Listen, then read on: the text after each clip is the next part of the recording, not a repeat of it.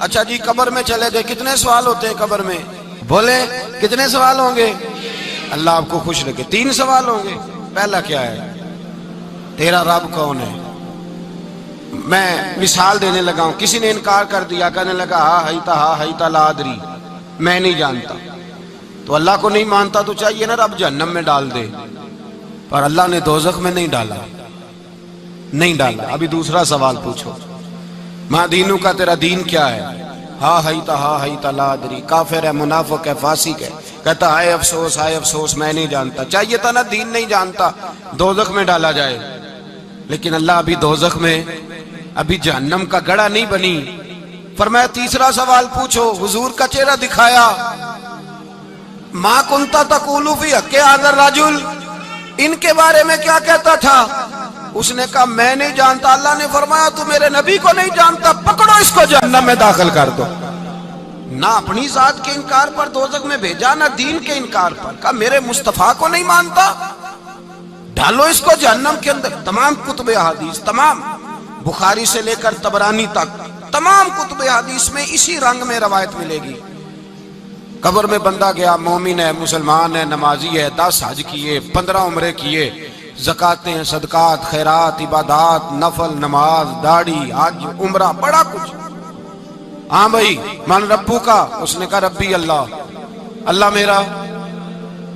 اس کو جنت کوئی نہیں ملی، ابھی جنت کی کھڑکی۔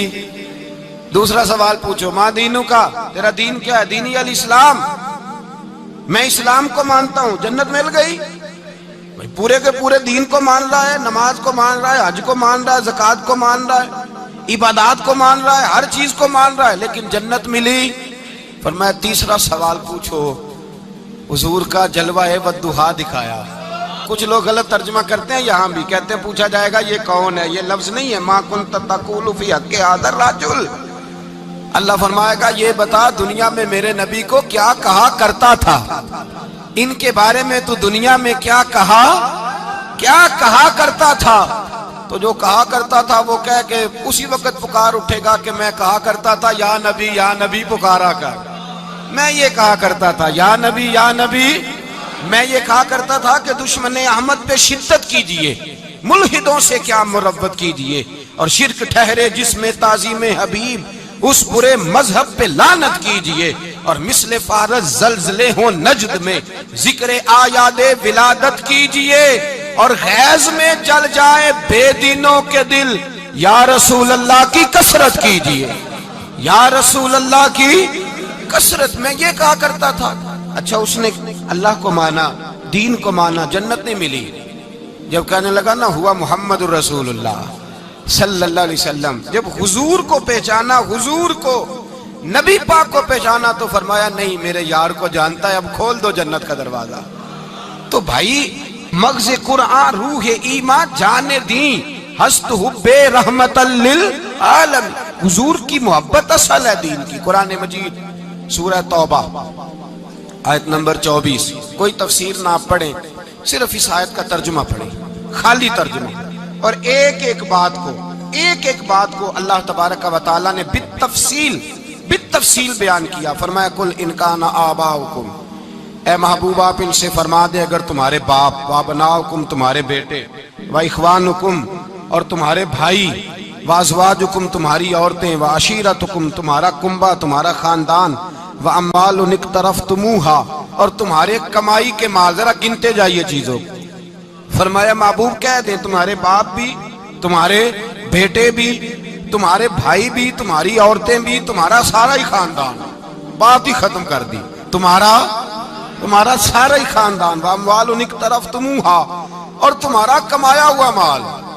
ایک مال وہ ہوتا ہے جو بندے نے کمایا نہیں ہوتا، آیا ہوتا ہے، آئے اور کمائے میں جو آیا ہوتا ہے اس کی قدر نہیں ہوتی۔ اللہ فرماتے ہیں وَأَمْوَالٌ اقْتَرَفْتُمُوهَا، تمہارا کمایا ہوا مال، وَتِجَارَةٌ تَخْشَوْنَ كَسَادَهَا اور تمہاری وہ تجارت جو تم نے محنت کر کے کاروبار چمکایا ہے اور تم ڈرتے ہو کہ نقصان نہ ہو جائے، وَمَسَاكِنُ تَرْضَوْنَهَا اور تمہارا وہ رہنے کا مکان جو تمہیں بڑے پسند ہیں۔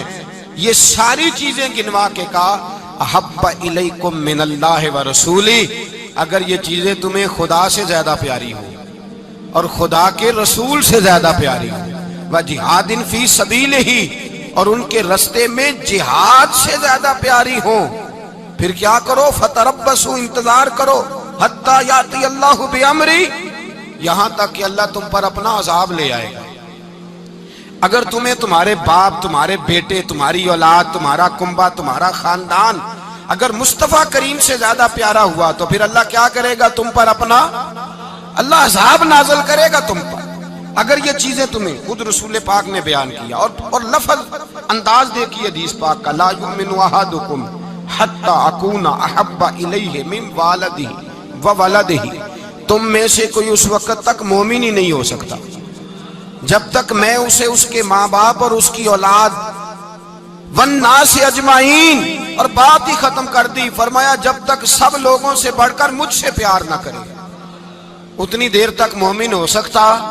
حضرت عمر حضور کی بارگاہ میں آئے، عام آدمی نہیں، جناب فاروق اعظم، نبی پاک صلی اللہ تعالی علیہ وسلم کی یہ حدیث سنی تو حاضر خدمت ہوئے، کہنے لگے یا رسول اللہ صلی اللہ علیہ وسلم، میں ہر چیز سے بڑھ کر آپ سے پیار کرتا ہوں، اور میں خالی نعرے لگانے والا نہیں، میں گھر سے تجربہ کر کے آیا ہوں، میں نے اولاد سامنے رکھی ہے، پھر آپ کا پیار سامنے رکھا ہے، حضور مجھے اولاد نہیں زیادہ پیاری، آپ زیادہ پیارے ہیں، اولاد زیادہ پیاری نہیں، ہم نے بھی کبھی سامنے رکھی ہے اولاد اور حضور کا پیار؟ جی میں حدیث پاک بیان کر رہا تھا تو روک گیا ہوں اچانک ہی، رکھی ہے کبھی سامنے؟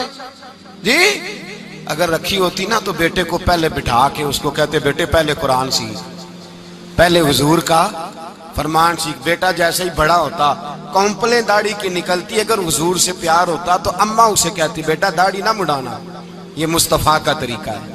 اگر نبی پاک سے محبت ہوتی نا میرے بھائی، اگر کامل پیار ہوتا تو ابا کی نصیحت کرتے کہ بیٹا خبردار داڑھی چھوٹی بھی نہ کرانا، یہ رسول اللہ کی سنت ہے۔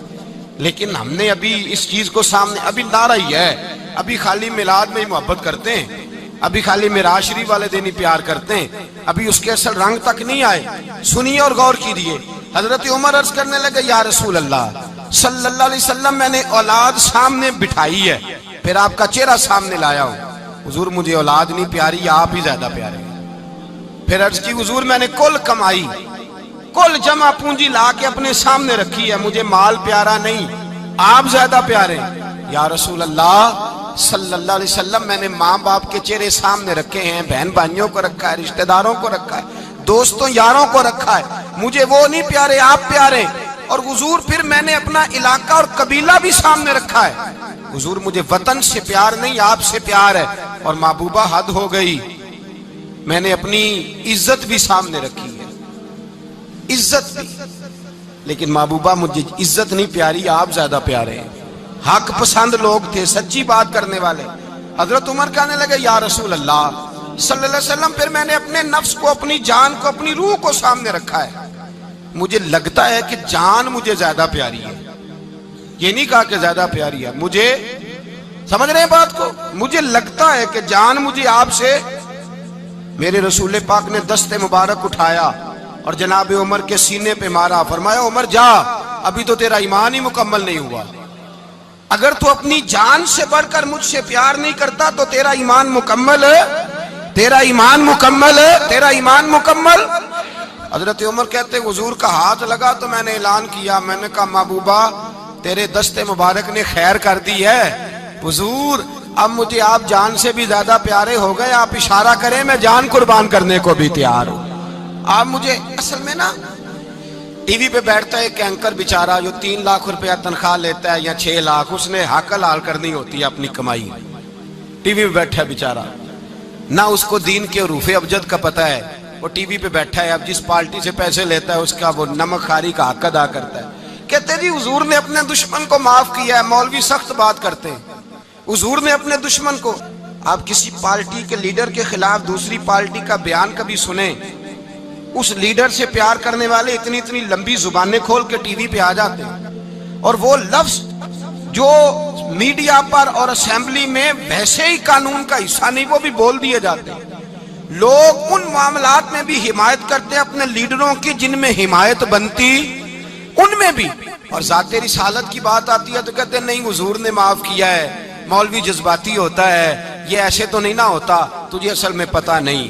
تو پیار کرتا ہے ڈالر سے، تو پیار کرتا ہے شہرت سے، اور جو پیار کرتے ہیں نا مدینے کے ٹکڑوں سے، جو کھاتے ہیں نا رسول اللہ کے نام کا صدقہ، جو حضور کے نام کا، امیر ملت پیر جماعت علی شاہ صاحب محدث علی پوری رحمت اللہ علیہ فرماتے ہیں پاکستان بن رہا تھا تو اس وقت تو یہی بتایا گیا تھا نا کہ پاکستان کا مطلب کیا، پاکستان کا مطلب کیا، لا الہ الا اللہ، کہتے ہیں یہ بتایا گیا تھا۔ ہم پاکستان کے حق میں تقریریں کرتے تھے، اور ہندو پنڈت جو ہوتے تھے نا وہ اسلام کے خلاف معاذ اللہ اور پاکستان کے خلاف تقریریں کرتے تھے، جلسے ہوتے تھے۔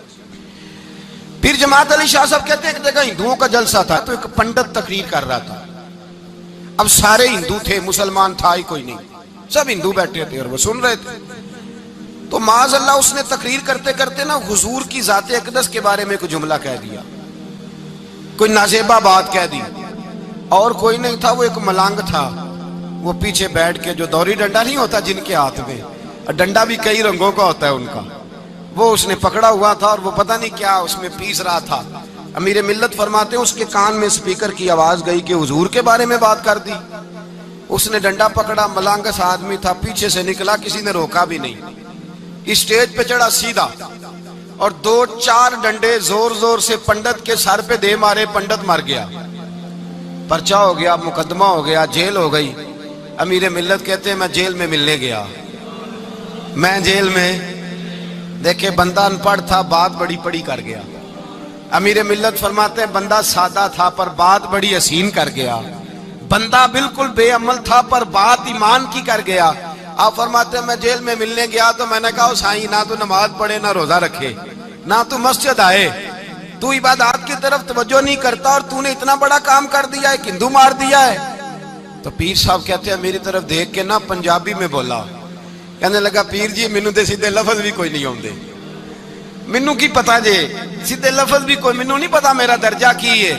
پیر صاحب میں نماز نہیں پڑھتا میری غلطی ہے، روزہ نہیں رکھتا ہے میری غلطی ہے، میں عبادت نہیں کرتا میری غلطی ہے، پر پیر صاحب یہ تو نہیں نہ ہو سکتا کہ میرے سامنے کوئی میری اچھی تے سچی سرکار دی بے ادبی کر کے لنگ جائے۔ لفظ بڑے کمال کہہ گیا، کہنے لگا پیر صاحب میں گناہگار ہوں پر اپنے نبی کا غدار نہیں ہوں۔